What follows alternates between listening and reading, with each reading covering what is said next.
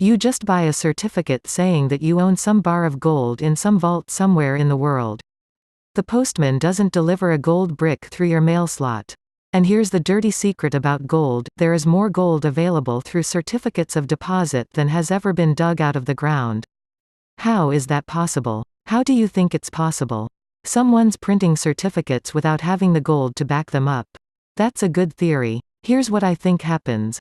Say you have a vault full of gold in Hong Kong. Call it 1,000 bars. You sell the 1,000 bars worth of gold through the certificate market, and lock the door. Now, some time later, someone, a security guard, an executive at the bank, walks into the vault and walks out again with 10 gold bars from the middle of the pile. These 10 bars of gold are sold at a metals market, and they end up in a vault in Switzerland, which prints certificates for its gold holdings and sells them on. Then, one day, an executive at the Swiss bank helps himself to 10 bars from that vault and they get sold on the metals market. Before you know it, your 10 bars of gold have been sold to 100 different people. It's inflation. He clapped. Top pupil. Correct. There's a saying from physics.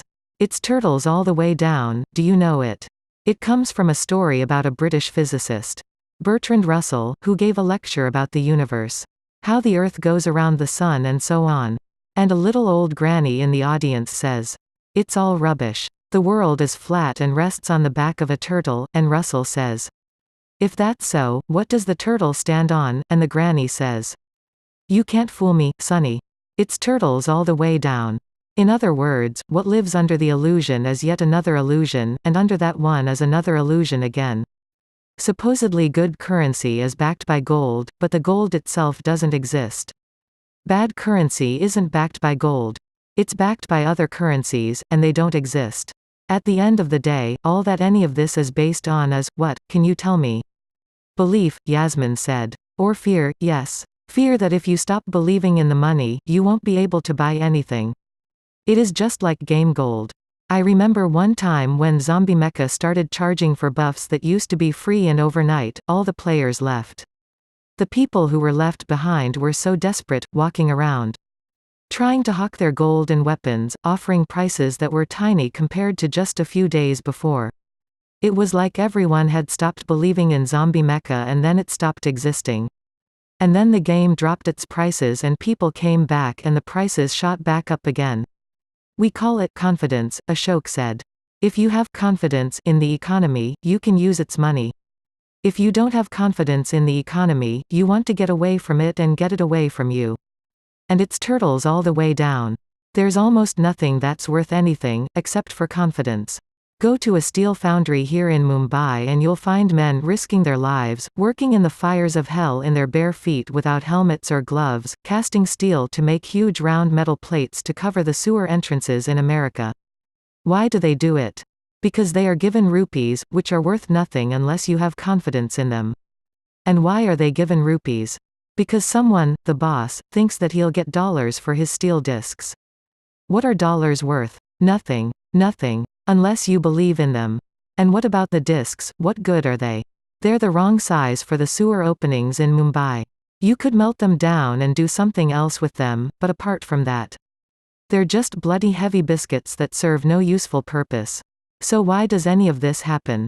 Yasmin said. Oh, that's simple. You really don't know. It's easy. Please, tell me. It's not easy for me and I've been studying it all my life. It all happens because it's a game. He looked offended. Maybe it's a game for the rich and powerful, but it's not any fun for the poor and the workers and the savers who get the wrong end of it. Games don't need to be fun, they only have to be, I don't know, interesting. No, captivating. There are so many times when I find myself playing and playing and playing, and I can't stop even though it's all gotten very boring and repetitive.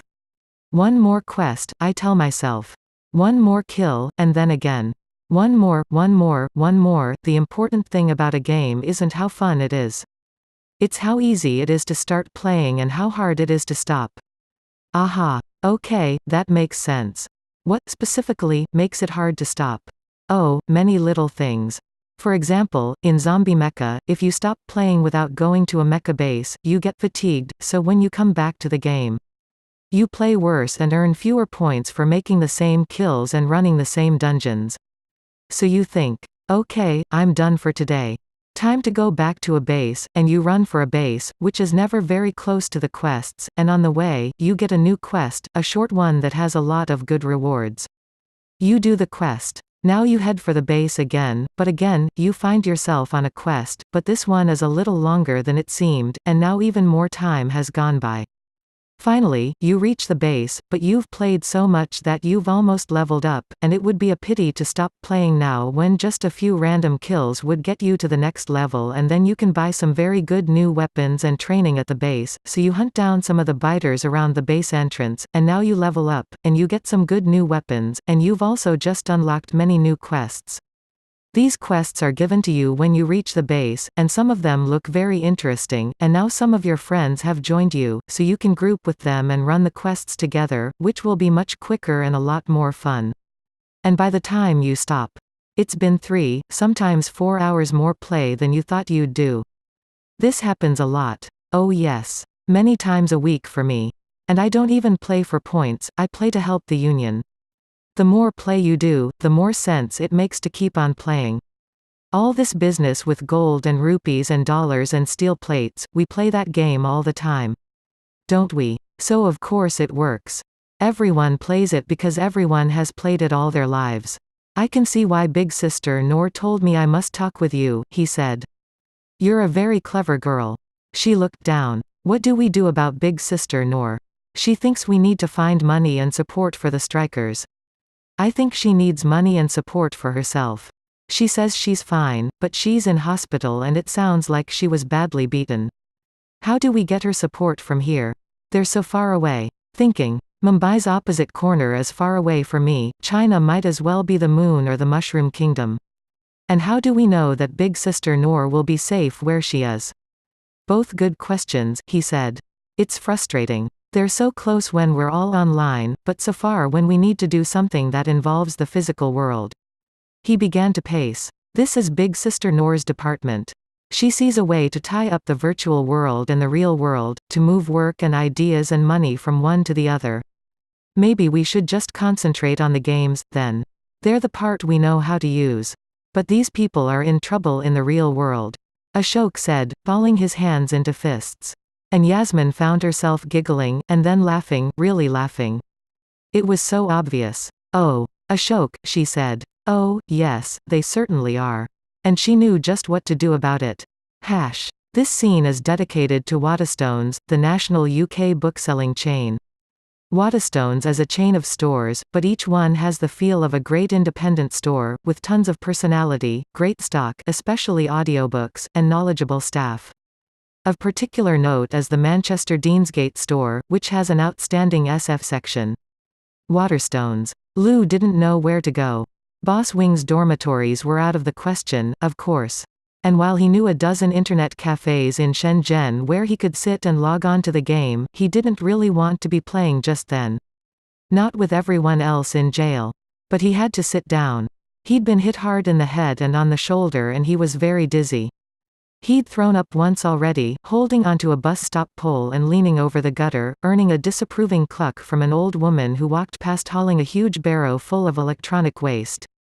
He had thought of texting Matthew and the others, to find out if the police had them in custody, but he was afraid that the police would track him back if he did, using the phone network to locate him and pick him up. It had all felt so wonderful. They'd stood up from their computers, chanting angrily, the war chants from the games, which Boss Wing and his goons never played, and so it had all been totally perplexing to them. Their faces had gone from puzzlement to anger to fear as all the boys in the room stood together and marched out of the cafe, blocking the doorways so that no one could come in. And there had been girls, and old grannies, and young men stopping to admire them as they stood, shoulder to shoulder, chanting bravely at the cowardly goons from Boss Wing's factory, goons who'd been so tough just a few minutes before, willing to slap you in the head if you talked too much, ready to dock your pay, too. Ever since they'd tried to go out on their own, life had gotten steadily worse. Boss Wing had a huge operation. With plenty of in-game muscle to stand guard against rich players who hunted the gold farmers for sport, but he was cruel and cheap and you were lucky if you saw half the wages you'd earned after all the fines for breaking rules had been charged against your salary. Their phones rang and buzzed with photos from other Boss Wing factories where the workers had gone out too, and there were wars in Mushroom Kingdom as the Webleys kept anyone else from working their zone. And the police came and they'd stayed brave. Matthew and Ping and all his friends. They were workers, they were warriors, they were an army and their cause was just. They would not be intimidated. And then the gas came. And then the clubs started swinging. And then the screams had started.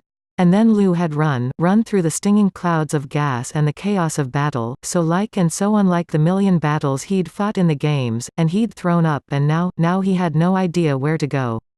And then his phone rang. The number was blanked out, which made his pulse hammer in his throat. Did the secret police blank out the number when they called you? But if the secret police knew he existed and had his phone number, they could just pick him up where he stood, using the phone's damned tracking function. It wasn't the police. With trepidation, he slid his finger over the talk button on the screen. "Way," he said, cautiously. "Lou, is that you?" The call had the weird, echoey sound of a cheap net calling service. The digital fuzz of packets that traveled third class on the global network. The accent was difficult, too. Thick-tongued and off-kilter. He knew the sound and he knew the voice. Wei Dong. Yes. Wei Dong in America. He hadn't heard from the strange Guilo since they'd gone to Boss Wing and Ping had to kick him out of the guild. Boss Wing didn't allow them to raid with outside people, or even talk to them in-game.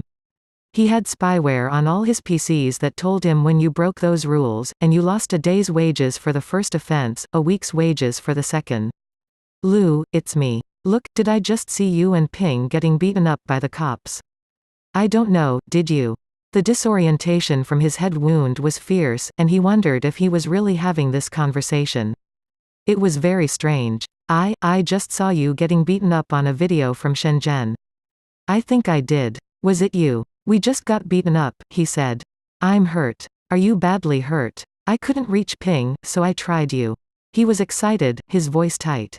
What happened? Lou was still grappling with the idea that the Guilo had just called him from thousands of kilometers away. You saw me on the internet in America. Every gamer in the world saw you. Lou, you couldn't have timed it better. After dinner is the busiest time on the servers, and the word went around like nothing I've ever seen before. Everyone in every game was chatting about it, passing around links to the video streams and the photos. It was even on the real news. My neighbor banged on my wall and asked me if I knew anything about it. It was incredible. You saw me getting beaten up on the internet. Dude, everyone saw you getting beaten up on the internet. Lou didn't know what to say. Did I look good? Wei Dong laughed like a hyena. You looked great. A dam broke. Lou laughed and laughed and laughed, as all the tension flooded out of him. He finally stopped, knowing that if he didn't he'd throw up again. He was by the train station now, in the heavy foot traffic, all kinds of people moving purposefully around him as he stood still, a woozy island in the rushing stream. He backed up to a stairwell in front of a beauty parlor and sank to his haunches, squatting and holding the phone to his head. Wei Dong. Yes. Why are you calling me? There was an uncomfortable silence on the line, broken by soft digital flanging. I wanted to help you, he said at last. Help the Webleys. You know about the Webleys. Lou had half believed that Matthew had made them up, a fantasy army of thousands of imaginary friends who would fight for them. Know about them. Lou, they're the ass-kickingest guild in the world.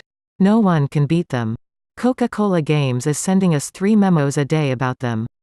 Why does Coca-Cola send you memos? Oh, more silence. Didn't I tell you? I'm working for them now. I'm a Turk. Oh, said Lou. He knew about the Turks, but he never really thought about what kind of people would work in 10-second increments making up dialogue for non-player characters or figuring out what happened when you shot an office chair with a blunderbuss. That must be interesting. Wei Dong made a wet noise.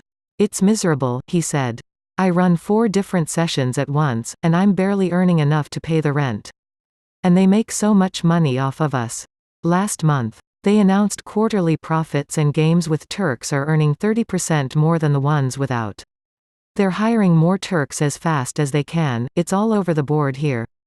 But our wages aren't going up. So I've been thinking of the Webleys, you know. He trailed off. Like maybe you guys can help us if we help you. We all play for our money, right? So why shouldn't we be on the same side? Sounds right to me, Lu said. He was still trying to comprehend the fact that the Webleys were apparently famous with American teenagers.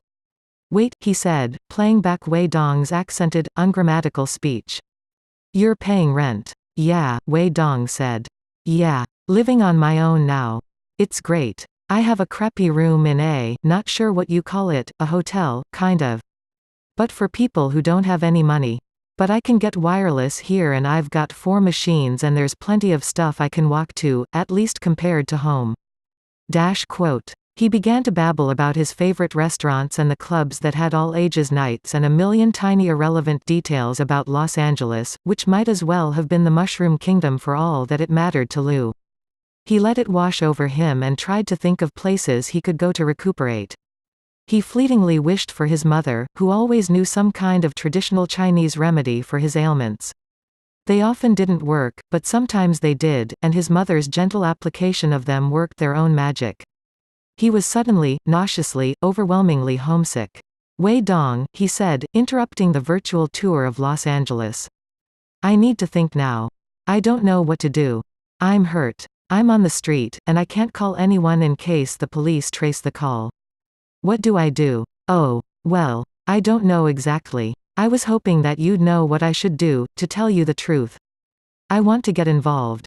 I think I want to get uninvolved. Lu's homesickness was turning to anger. Who was this boy to call him from the other side of the world, demanding to get involved? Didn't he have enough problems of his own? What can you do for me from there? What is any of this garbage worth? How will everyone going to jail make my life better? How will having my head beaten in help make things better? How? I don't know. Wei Dong's voice was small and hurt. Lu struggled to control his anger. The Guilo wanted to help. It wasn't his fault he didn't know how to help. Lu didn't know how to help, either. I don't know either, Lu said. Why don't you think about how to help and call me back? I need to find somewhere to rest, maybe a nurse or a doctor. Okay. Sure, the Guilo said.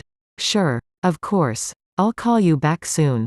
Don't worry. Every time a Hong Kong train came into the Shenzhen railway station, it disgorged a massive crowd of people.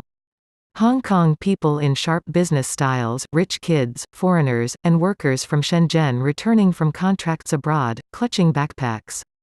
The dense group got broken up by the taxi rank and the shopping mall, and emerged as a diffuse cloud onto the street where Lu had been talking.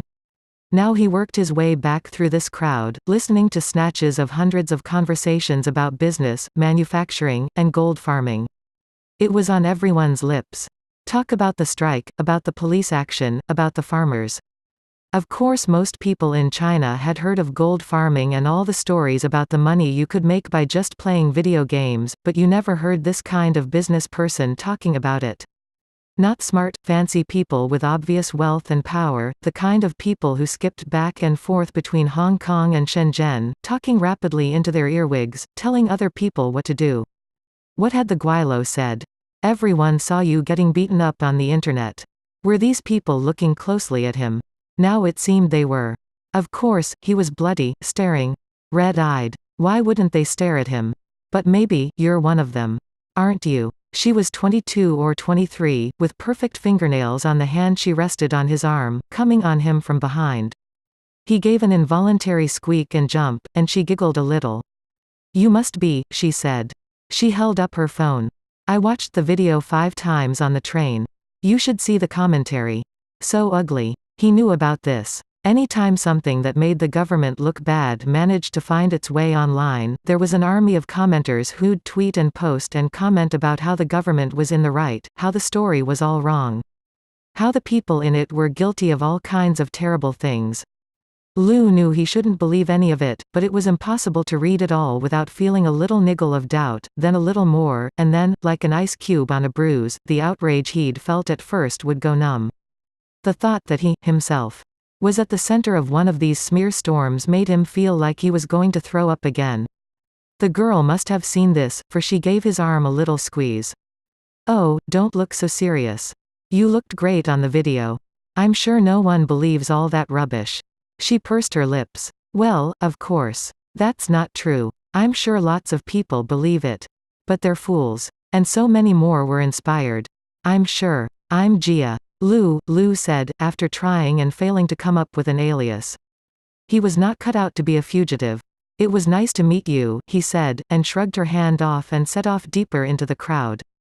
She grabbed his arm again. Oh, please stop. We need to talk. Please. He stopped. He didn't have much experience with girls, but something about her voice made him want to stay. Why do we need to talk? I want to get your story, she said. For my show. Your show. She leaned in close, so close he could smell her perfume, and whispered. I'm Gianti, she said. He looked at her blankly. She shook her head. Gianti, she hissed. Gianti. From the Factory Girl show. He shrugged. What kind of show? Every night, she said. At 9 p.m., 12 million factory workers listen to me. They phone me with their problems. We go out over the net, audio, through the, she dropped her voice. The Falun Gong proxies. Oh, he said, and began to move away. It's not religious, she said. I just help them with their problems. She dropped her voice. Proxies are just how we get the show into the factories. They try to block me because we tell the truth about the work conditions, the girls who are sexually pressured by their bosses, the marketing rip-offs, the wage rip-offs. Lock-ins. Okay, he said. I get the picture. Thank you but no. Come on, she said and looked deep into his eyes. Hers were dark and lined with thin, precise green eye pencil, and her eyebrows were shaped into surprised, sophisticated arches. You look like you need a place to clean up, and maybe a meal. I can get that for you. You can. Lu, I'm famous. I have advertisers who pay a lot to sponsor my show. I have millions of supporters all over Shenzhen, even in Guangzhou and Dongguan. Even in Shanghai and Beijing. I'm a hero to them. Lu, I can put your story into the ears of every worker in the Pearl River Delta like that. She snapped her fingers in front of his nose, making him blink and start back again. She laughed. You're cute, she said. Come on. It'll be wonderful. Where do we go? He said, cautiously. Oh, I have a place, she said. She grabbed his hand, her fingers were dry and cool, and touched with cold spots where the rings she wore met his skin. She led him away through the crowd, which seemed to part magically before her. It had all become like a dream now, with the pain crowding Lu's vision into a hazy-edged tunnel. He wondered if she'd have something for the pain. He wondered if she knew any traditional medicine, if she'd mix him up a bitter tea with complicated scents and small bits of hard things floating in it. All this he wondered, and the streets and sidewalks slipped past beneath their feet like magic. You could automatically follow your guildies in-game.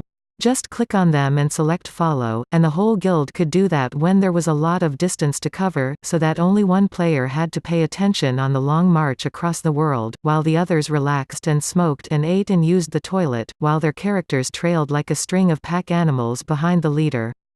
That's what this felt like he was a character whose player had stepped out for a cigarette and a piss break and the character bumped along mindlessly behind the leader. Do you live here? He said as they reached the lobby of a tall apartment building. It was a handshake building, so close to the building next to it that the tenants could lean out their windows and shake hands with their neighbors across the lane. The lobby smelled of cooking and sweat, but it was clean and there was a working intercom and lock at the door. No, she said. I do some of my shows from here. There are 2 or 3 of them, to confuse the Jingcha. He thought it was funny to hear her use the gamer clan term for police. She saw it, and said. Oh yes, the Zengfu think I'm very Bentai and they'd PK me if they could.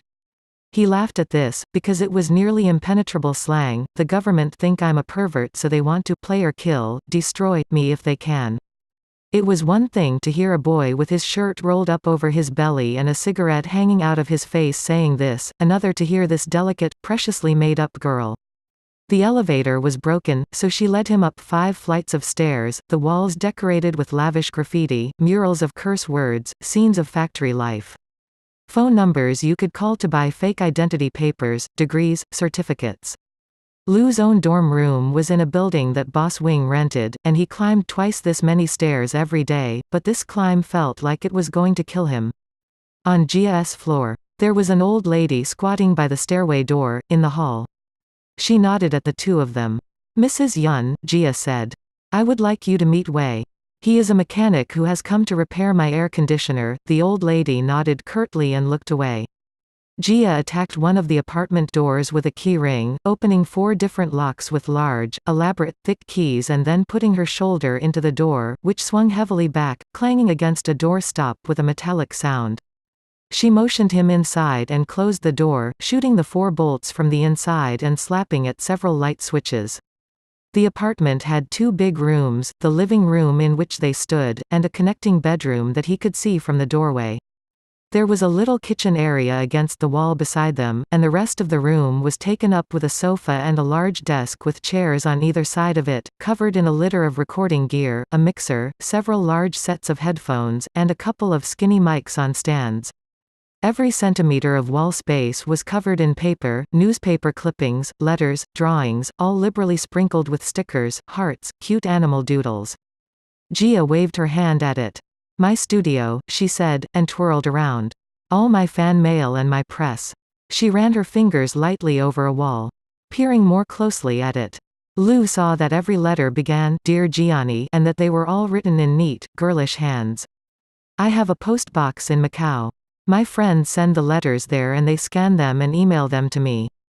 All right under the Zhengfu's nose. And the old lady in the hall." She flopped down on the sofa, her skirt riding up around her thighs, and kicked her shoes in expert arcs to the mat by the door. "Our buildings answer to the Bound-Foot Granny's detective squad," she said, and he laughed again at the slang. Back in Nanjing, they'd used this term to talk about the little old ladies who were always snooping around, gossiping about who was doing something evil or wicked. They didn't really have bound feet. The practice of binding little girls' feet to the point where they grew up unable to walk properly was dead, and he'd never seen a real bound foot outside of a museum, though the grannies would always exclaim over the girls' feet, passing evil remarks if a girl had large feet, cooing if she had small ones, but they acted all pinched anyway. "And she'll believe that I'm a repairman. I don't have any tools." "Oh, no," Jia laughed again. It was a pretty sound. Lu could see how she'd be a very popular netshow host. That laugh was infectious. "No, she'll think we're having sex." He felt himself turning red and stammering. "Oh, ah." Now she was howling with laughter, head flung back, hair fanned out over the sofa cushions. "You should see your face. Look, so long as Grandma Mao out there thinks I'm just a garden variety slut, she won't suspect that I'm really Gianni. Scourge of the Politburo and voice of the Pearl River Delta, all right. Now, get your shoes off and let's have a look at that head wound." He did as he was bade, neatly lining his shoes up by the doorway and stepping gingerly onto the dusty wooden floor. Jia stood and led him by the shoulders to one of the rolling chairs by the desk and pushed him down on it, then leaned over him and stared intently at his scalp. "Okay," she said. "First of all, you need to switch shampoo, you have very greasy hair. It's shameful. Second of all, you appear to have a pigeon's egg growing out of your head, which has got to sting a little. I'll tell you what. I'll get you something cold to hold on it for a few moments, then I want you to go have a shower and clean it out well. It looks like it bled a little, but not much, which is lucky for you, since scalp wounds usually bleed like crazy. Then, once we've got you into a more civilized state, I'll put you on the internet and make you even more famous. Sound good?" He opened his mouth to object, but she was already spinning away and digging through the small fridge, crouching, hair falling over her shoulders in a way that Lu couldn't stop staring at. Now she had a bag of frozen hahaomai chicken dumplings. He recognized the packaging, it was what they ate for dinner most nights in Boss Wing's dormitory, and was wrapping it in a tea towel, and pressing it to his head. It felt like it weighed 500 kilos and had been cooled to absolute zero, but it also made his head stop throbbing almost immediately. He slumped in the chair and closed his eyes and held the dumplings to the spot where the Zhengfu, the slang was infectious, had given him a love tap.